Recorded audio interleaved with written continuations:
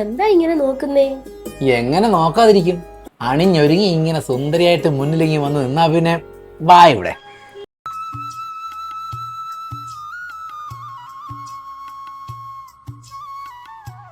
ആഹാ, ചേട്ടൻ വന്നോ?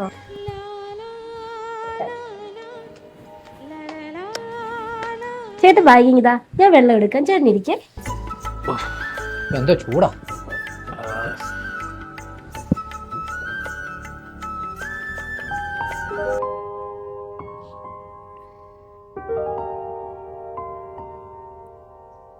ഏട്ടാ, ജോലി കഴിഞ്ഞ് വീട്ടിൽ മടങ്ങിയെത്തുന്ന ഭർത്താവിനെ ഒരു ആലിംഗനമോ ചുംബനമോ കൊണ്ട് സ്വീകരിക്കുക. സ്നേഹത്തോടെ കുശലാന്വേഷണങ്ങൾ നടത്തുക. ഇതൊക്കെ പറയാൻ നിനക്ക് എങ്ങനെ ഉണ്ടായിരുന്നു ഇവിടെ? ഓ, എനിക്കിവിടെ എന്താ, ചേട്ടൻ ഇല്ലെങ്കിൽ പിന്നെ ഭയങ്കര ബോറാണെന്നേ. ഒന്ന് മിണ്ടാനും പറയാനും ഒക്കെ ചേട്ടൻ എപ്പോഴും എന്റെ കൂടെ വേണമെന്നല്ലേ എന്റെ ആഗ്രഹം. അതിപ്പോ നടക്കുന്ന കാര്യമാണോ എന്റെ പൊന്നു? എനിക്ക് ജോലിക്ക് പോയല്ലേ പറ്റൂ. അതൊക്കെ ശരിയാ ചേട്ടാ, എന്നാലും ചേട്ടൻ എന്റെ കൂടെ ഉണ്ടെങ്കിലേ എന്റെ അച്ഛൻ, അമ്മ, സഹോദരൻ ഇവരെല്ലാവരും കൂടെ ഉണ്ടെന്നുള്ളൊരു തോന്നല. എടി, അതുകൊണ്ടല്ലേ ജോലി കഴിയുമ്പോൾ തന്നെ ഞാൻ നിന്റെ അടുത്തോട്ട് ഓടിയെത്തുന്നത്. ഭർത്താവ് കൂടെയുള്ളപ്പോൾ താൻ ഏറ്റവും കൂടുതൽ സന്തുഷ്ടയാണെന്ന് അദ്ദേഹത്തെ ബോധ്യപ്പെടുത്തിയാൽ അദ്ദേഹം കൂടുതൽ സമയം നിങ്ങളോടൊപ്പം ചിലവഴിക്കും.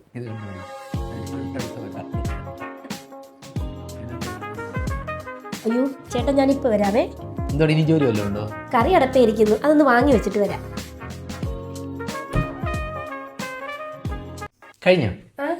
കഴിഞ്ഞു. ഇനി ജോലിയെല്ലാം ഉണ്ടോ? എല്ലാ ജോലിയും തീർന്നില്ലേ? ജോലിയെല്ലാം കഴിഞ്ഞു ചേട്ടാ.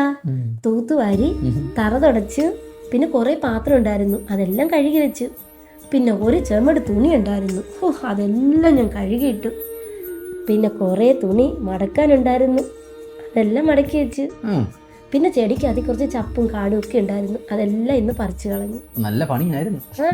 പിന്നെ ഇനി ഒരൊറ്റ ജോലി മാത്രമേ ഉള്ളൂ ബാക്കി, വല്ലതും കഴിക്കണം. നീ മിടുക്കിയാണ്. ഞാൻ ബലപ്പെടുത്തുന്ന എല്ലാ ജോലികളും ഒതുക്കുന്നതുകൊണ്ടേ നമുക്ക് രണ്ടുപേർക്കും കൂടെ കുറേ സംസാരിച്ചിരിക്കാൻ പറ്റും അല്ലേ? ഭർത്താവ് ജോലി കഴിഞ്ഞ് വരുന്നതിന് മുമ്പ് തന്നെ വീട്ടുജോലികളെല്ലാം അടുക്കും ചിട്ടയുമായി ചെയ്തു വെക്കുക. ചേട്ടാ, മോനെ, ചോറെടുത്ത് വെച്ച് വന്നേ.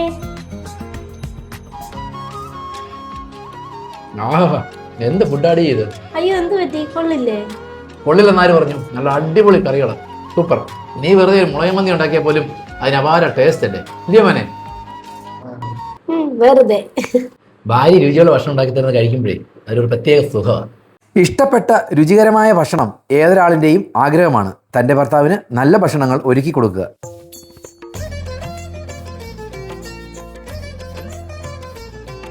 നീ എന്തൊരു തന്നെത്താനെ ചിരിച്ചോണ്ട് ജോലി ചെയ്യുന്നേ? അപ്പൊ ഞാനെന്താ ചേട്ടാ ചിരിക്കണ്ടേ? അതല്ല, ചിരിച്ചോണ്ട് ജോലി ചെയ്യുന്നോണ്ട് ചോദിച്ചതാ. അത്രയ്ക്ക് ഇഷ്ടമാണോ ജോലി ചെയ്യുന്നത്? അയ്യോ, ഇതൊക്കെ നമ്മുടെ വീട്ടിലെ ജോലിയല്ലേ ചേട്ടാ, അതൊക്കെ സന്തോഷത്തോടു കൂടി വേണ്ടേ ചെയ്യാന്. നിനക്ക് ഒരു വിഷമമില്ല? ഞാൻ എന്തിനു വിഷമിക്കണം? ഭാര്യയുടെ സന്തോഷമുള്ള മുഖം കാണുമ്പോഴേ ഭർത്താക്കന്മാർക്ക് ഒരു പ്രത്യേക എനർജി. ആഹാ, എനിക്ക് സന്തോഷമല്ലേ ഉള്ളു ചേട്ടാ, ഞാൻ എന്തിനു വിഷമിക്കണം? സ്നേഹവതിയായ ഭർത്താവ്, നമ്മുടെ സ്നേഹം കണ്ടു വളരുന്ന 2 മക്കള്, നിങ്ങളെയും കൊണ്ട് എനിക്ക് ഒരു ദുഃഖവും ഇല്ല, പിന്നെ ഞാൻ എന്തിനു വിഷമിക്കണം? എപ്പോഴും പ്രസന്നവദനയായിരിക്കണം, അത് ഭർത്താവിനെ തൃപ്തനാക്കും. ചേട്ടൻ ഇന്ന് ഒരുപാട് ലേറ്റായി പോയല്ലോ. ഒത്തിരി ജോലി ഉണ്ടായിരുന്നോ? കുറേ ജോലി ഉണ്ടായിരുന്നു, എല്ലാം തീർത്തിട്ടാ പോകുന്നത്. നിനക്ക് എന്താ വിഷമമായോ? ഞാൻ എന്തിനു വിഷമിക്കണം? ചിലപ്പോൾ അങ്ങനെയാ, രാവും പകലും ഒക്കെ ജോലി ചെയ്യേണ്ടി വരും. അതൊക്കെ സംശയത്തോടു കൂടി കണ്ട് വഴക്കിടാനേ ഞാനത്ര വണ്ടിയൊന്നുമല്ല. അതാണ് പരസ്പര വിശ്വാസം. വൈകി എത്തുമ്പോൾ കാര്യങ്ങൾ മനസ്സിലാക്കാതെയും ഭർത്താവിന്റെ പ്രയാസത്തെ കണക്കിലെടുക്കാതെയും വഴക്കിടുന്നത് ഒഴിവാക്കുക.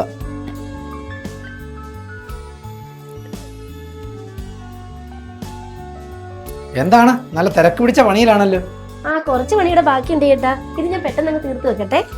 എന്ത് പറയാനാടി, ഓഫീസിൽ ഓരോരോ പ്രശ്നങ്ങളാ. എന്ത് പറ്റി ചേട്ടാ? നീ ജോലി ചെയ്തോടി, ഞാൻ പറയാം. സാരമില്ല, ഞാൻ ജോലിയൊക്കെ പിന്നെ ചെയ്തോളാം. ചേട്ടൻ പറ. എടി, അക്കൗണ്ട്സിലുള്ള ലേഡി സ്റ്റാഫില്ലേ, എന്തോ സാമ്പത്തിക തിരിമറി നടത്തിയതായിട്ട് ചെറിയ അറിവ് ലഭിച്ചിട്ടുണ്ട് കമ്പനിക്ക്.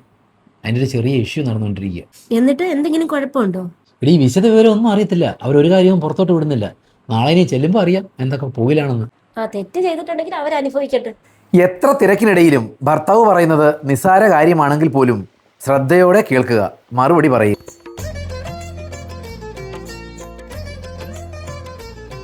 സത്യം പറഞ്ഞാൽ എനിക്ക് ഈ വീട്ടിലോട്ട് വന്ന് കയറുന്നത് ഭയങ്കര സന്തോഷമാണ്. അതെന്താ ചേട്ടാ അങ്ങനെ? നല്ല അടുക്കും ചിട്ടയുമായിട്ട് ഓരോന്നെല്ലാം പറക്കി വെച്ച് വൃത്തിയായിട്ട് തൂത്തുവാരി, തുണികളൊന്നും വലിച്ചു വാരിയിടാതെ എല്ലാം അടുക്കി പെറുക്കി വെച്ച് എന്ത് രസമുണ്ട് കാണാൻ. ബെഡൊക്കെ നന്നായിട്ട് വിരിച്ചിട്ട്. ഹാ, നല്ല മണവും. ഇത് നമ്മുടെ വീടല്ലേ, ചെറുതായാലും വലുതായാലും നമുക്കിത് സ്വർഗമാ. അത് വൃത്തിയും ഭംഗിയുമായി സൂക്ഷിക്കേണ്ടതേ ഒരു പെണ്ണിന്റെ കടമയാ. വീട് എല്ലായ്പ്പോഴും വൃത്തിയും വെടുപ്പുമുള്ളതാക്കി വയ്ക്കുക. ചേട്ടാ,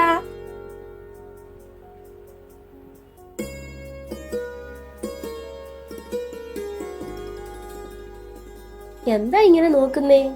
എങ്ങനെ നോക്കാതിരിക്കും? അണിഞ്ഞൊരുങ്ങി ഇങ്ങനെ സുന്ദരിയായിട്ട് മുന്നിലിങ്ങി വന്ന് നിന്നാ പിന്നെ വാ ഇവിടെ. ഭംഗിയായി അണിഞ്ഞൊരുങ്ങി ഭർത്താവിന്റെ കണ്ണുകൾക്ക് കുളിർമയാവുക. സാമ്പത്തികവും രോഗവും എല്ലാം നമ്മളെ പ്രതിസന്ധിയിലാക്കുമെങ്കിലും ഈ പറഞ്ഞ കാര്യങ്ങൾ കഴിയുന്ന പോലെ ചെയ്യുക. മദ്യപിച്ച് വെളിവില്ലാതെ വരുന്ന ഭർത്താക്കന്മാരുടെ അടുത്ത് ഒരു ഭാര്യയ്ക്ക് ഇതൊന്നും സാധ്യമല്ല. ഭർത്താവ് തൻ്റെ നല്ല വഴി തുറന്നു കൊടുക്കുക, ഭാര്യ അതുവഴി കയറി വന്നോളൂ. ജീവിതം ഒന്നേ ഉള്ളൂ, ശ്രമിച്ചാൽ നടക്കാത്തതായി ഒന്നുമില്ല. ശ്രമിക്കുക. എല്ലാവർക്കും നല്ലത് വരട്ടെ.